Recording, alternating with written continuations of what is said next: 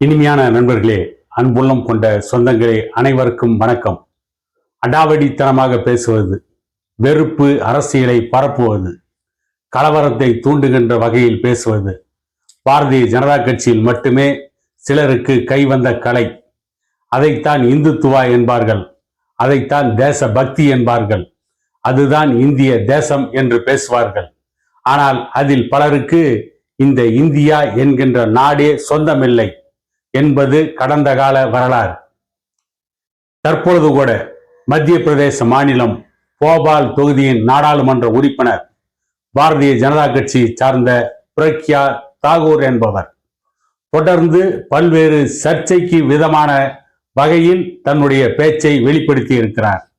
அடிக்கடி சர்ச்சையை கிளப்புவது, வெறுப்பை பேசுவது என்பதில் பிரக்யா தாகூரை யாரும் மிஞ்ச முடியாது.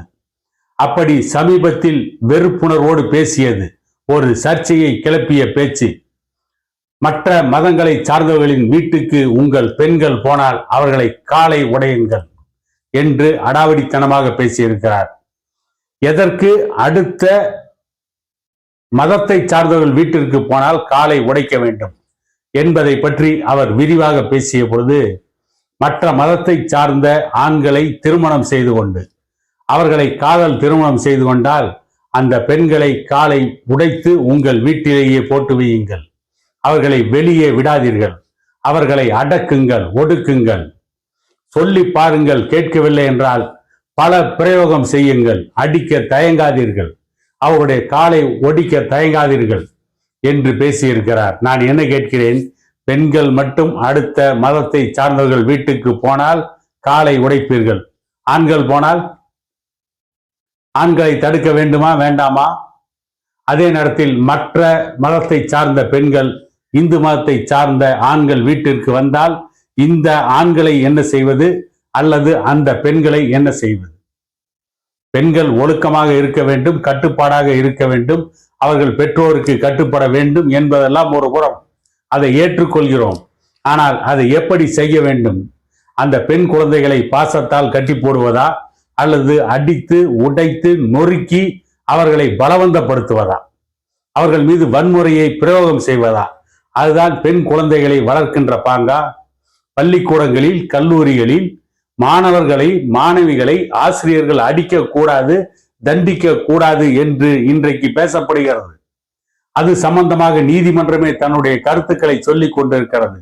இப்படிப்பட்ட சூழ்நிலையில் ஒரு நாடாளுமன்ற உறுப்பினர், பாரதிய ஜனதா கட்சி நாடாளுமன்ற உறுப்பினர், மத்திய பிரதேச மாநிலம் போபாலில் யூனியன் கார்பைடு தொழிற்சாலையில் விஷவாயு கசிந்து இறந்தவர்களுக்கு நீதி கிடைக்கவே பல ஆண்டுகள் ஆனது. அதை பற்றியெல்லாம் இந்த பிரக்யா தாகூர் பேசியதாக நான் எந்த ஒரு குறிப்பையும் பார்க்கவில்லை. ஆனால் பெண்களுக்கு மட்டும் ஒழுக்கத்தை போதிக்க நினைக்கிறார்கள். ஒழுக்கத்தை போதிக்கட்டும், அதை போதிப்பதற்கென்று ஒரு வழி இருக்கிறது, ஒரு நடைமுறை இருக்கிறது.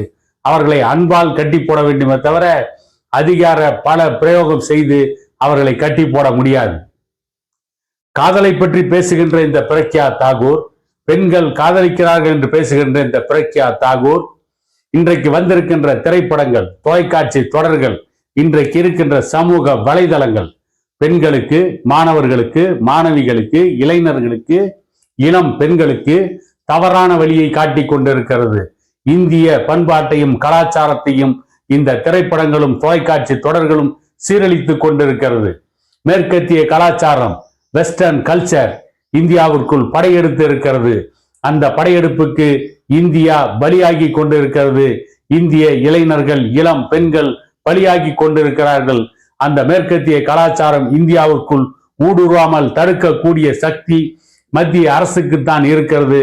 அதற்கான அதிகாரம், அதற்கான சட்டம் இயற்றக்கூடிய செல்வாக்கும் இந்த பிரக்யா தாகூருடைய பாரதிய ஜனதா கட்சிக்குத்தான் இருக்கிறது. ஏன் இவர்கள் கலாச்சாரத்தை சீரழிக்கின்ற அந்த ஒழுக்கக்கேடான விஷயங்களை அனுமதிக்கிறார்கள்? ஏன் அப்படிப்பட்ட திரைப்படங்களை அனுமதிக்கிறார்கள்? திரைப்படங்களில் முத்த காட்சியை அனுமதிக்கலாமா வேண்டாமா என்று இன்று வரை விவாதம் செய்து கொண்டே இருக்கிறார்கள். ஆனால் அதைவிட மோசமான காட்சிகள் எல்லாம் திரைப்படத்தில் வந்து போய்விட்டது. அப்படி என்றால் இந்த பிரக்யா தாகூர் போன்றவர்கள்லாம் அரசியலுக்காக, தன்னுடைய அரசியல் ஆதாயத்திற்காக இந்துக்களின் ஓட்டுக்களை வாங்க வேண்டும் என்பதற்காகவே இவர்கள் திட்டமிட்டு இப்படிப்பட்ட செய்திகளை, இப்படிப்பட்ட வன்முறையை தூண்டுகின்ற பேச்சுக்களை மக்கள் மத்தியிலே வெளிப்படுத்தி கொண்டிருக்கிறார்கள். மக்களை எப்படி பண்படுத்த வேண்டும், அவர்களுக்கு எப்படி நாகரிகத்தை போதிக்க வேண்டும் என்று எந்த வரைமுறையும் இல்லாமல் வன்முறையாக பேசுவதுதான் பாரதிய ஜனதா கட்சி நாடாளுமன்ற உறுப்பினருக்கு அழகா? இன்றைக்கு வருகின்ற பல பத்திரிகைகள், பல அச்சு ஊடகங்கள், பல காட்சி ஊடகங்களில் எவ்வளவு மோசமான காட்சிகள் வருகிறது. பெண்களை எவ்வளவு தவறாக சித்தரிக்கிறார்கள். பெண்களை வெறும் போக பொருளாக மட்டும் சித்தரிக்கிறார்கள். பெண்களை வெறும் சதை பொருளாக மட்டும், பெண்களை வெறும் கவர்ச்சி பொருளாக மட்டும், பெண்களை வெறும் காட்சி பொருளாக மட்டும் இன்றைக்கு ஊடகங்களும் திரைப்படங்களும் சித்தரிக்கிறதே. அவற்றை பற்றி ஏன் இந்த பிரக்யா தாகூர் பேசுவதில்லை? அவையெல்லாம் பெண்களை பாதுகாக்கின்ற நடவடிக்கையா? அவையெல்லாம் பெண்களுக்கு ஒழுக்கத்தை போதிக்கின்ற நடவடிக்கையா? பெண்களை இவ்வளவு ஆபாசமாக சித்தரிக்கின்ற தொலைக்காட்சி தொடர்களும் திரைப்படங்களும் பெண்களுக்கு நல்லதை போதிக்கின்றதா? பெண்களை ஆபாசமாக காட்டலாமா? அவற்றுக்கு எதிராக ஏன் இந்த பிரக்யா தாகூர் போன்றவர்கள்லாம் பேசுவதில்லை? ஏன் அந்த இடத்தில் மட்டும் இவர்கள் வாய் மூடி மௌனமாக இருக்கிறார்கள்? ஏனென்றால் இவர்களுக்கு பெண்கள் நன்றாக இருக்க வேண்டும், அவர்கள் வளமோடு வாழ வேண்டும், அவருடைய எதிர்காலம் சரியாக இருக்க வேண்டும் என்று எந்த எண்ணமும் கிடையாது. இதை வைத்து அரசியல் நடத்த வேண்டும். இந்த கன நேர உணர்ச்சியை தூண்டிவிட்டு ஓட்டுக்களை வாங்க வேண்டும். அதற்காகவே திட்டமிட்டு இப்படி வெறுப்பு அரசியலை, மத வெறி அரசியலை போதித்து கொண்டிருக்கிறார்கள். இது மிகவும் மோசமான நடவடிக்கை. இப்படிப்பட்ட நாடாளுமன்ற உறுப்பினருடைய பேச்சை மத்திய அரசு கண்காணித்து அவர்கள் மீது கடுமையான நடவடிக்கை எடுக்க வேண்டும் என்று மக்கள் எதிர்பார்க்கிறார்கள் என கூறிக்கொண்டு இன்னொரு காணொளியில் உங்களை சந்திக்கும் வரை உங்களிடமிருந்து விடைபெறுவது உங்கள் எடப்பாடி துரைசாமி.